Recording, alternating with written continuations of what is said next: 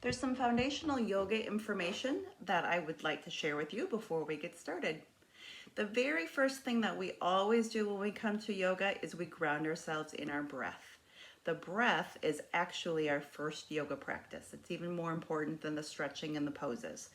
The reason for that is because the deep breath in brings more oxygen into the body and it supports all of our systems, respiratory, circulatory, musculatory, digestive system. All of those systems work at their optimal the more oxygen we have in our body. Also, on the deep exhales, we allow for the release, the tension, the stress to come out of our body. You can also use the breath to help control your mood.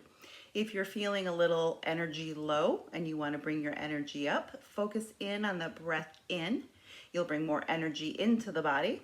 If you need to bring yourself down, relax, calm yourself, focus in on the exhale and allow the body to completely relax.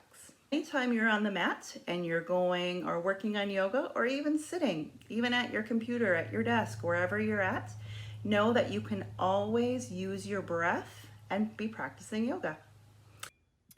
There are 6 ways to stretch the spine every day. The twist to both sides, the side bends, and the back and the forward. You'll notice all yoga poses, or most of them, have any one of those 6 spine stretches.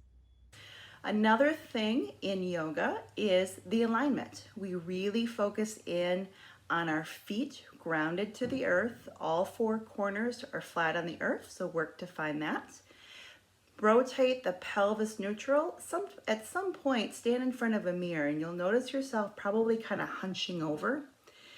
Check in when you rotate that pelvis and you rotate the spine, that spine becomes straight.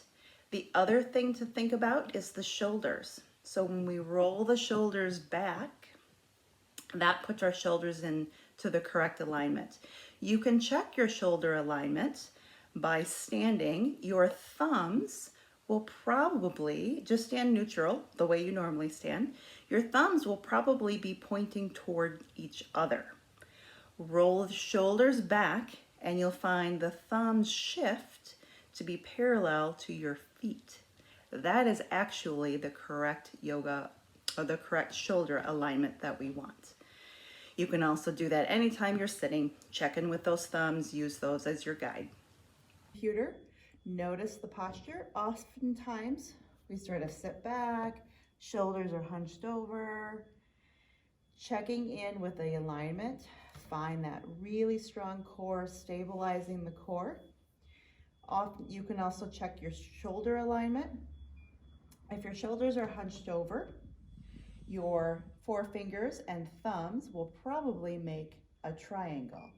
When you rotate the shoulders back, you'll notice the fingers come to more of a rectangle.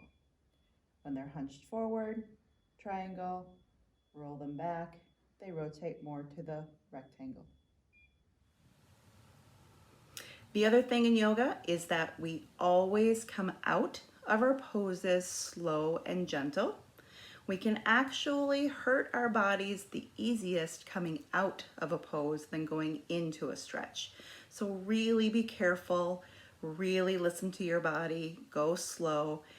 Really try to allow the body to go slowly in and out of any stretch, any movement. You can really use that breath.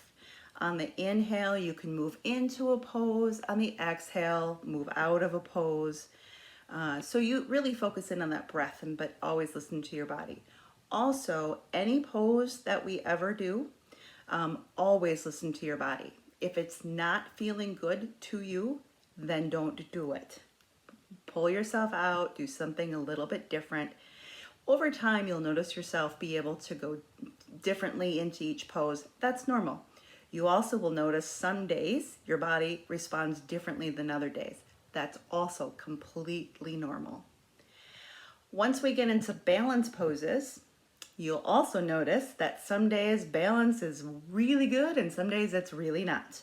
That is also completely normal, as well as one side of your body may be better at balance than the other side. That's also normal. The very definite thing to remember when you're doing yoga, especially if you're new, is you accept yourself wherever you're at. Every body is different. So what I can do, somebody else can't do. What I can do or what I can't do, somebody else can do. That's just how each of our bodies respond. Also, you'll notice that over time, your body will respond differently. So for right now, especially if you're starting, wherever you're at, you're completely fine. Accept yourself where you're at. Don't compare yourself to anyone else. Just allow yourself the grace to be where you're at.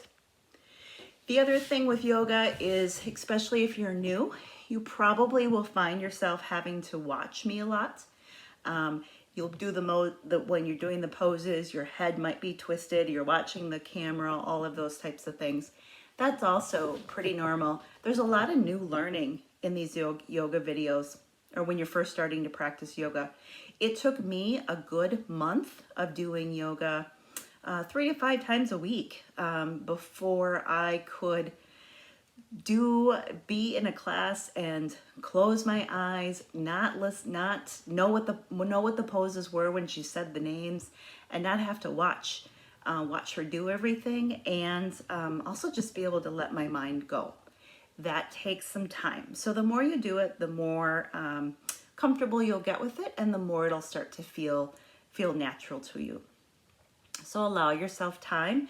Don't give up. Just keep trying.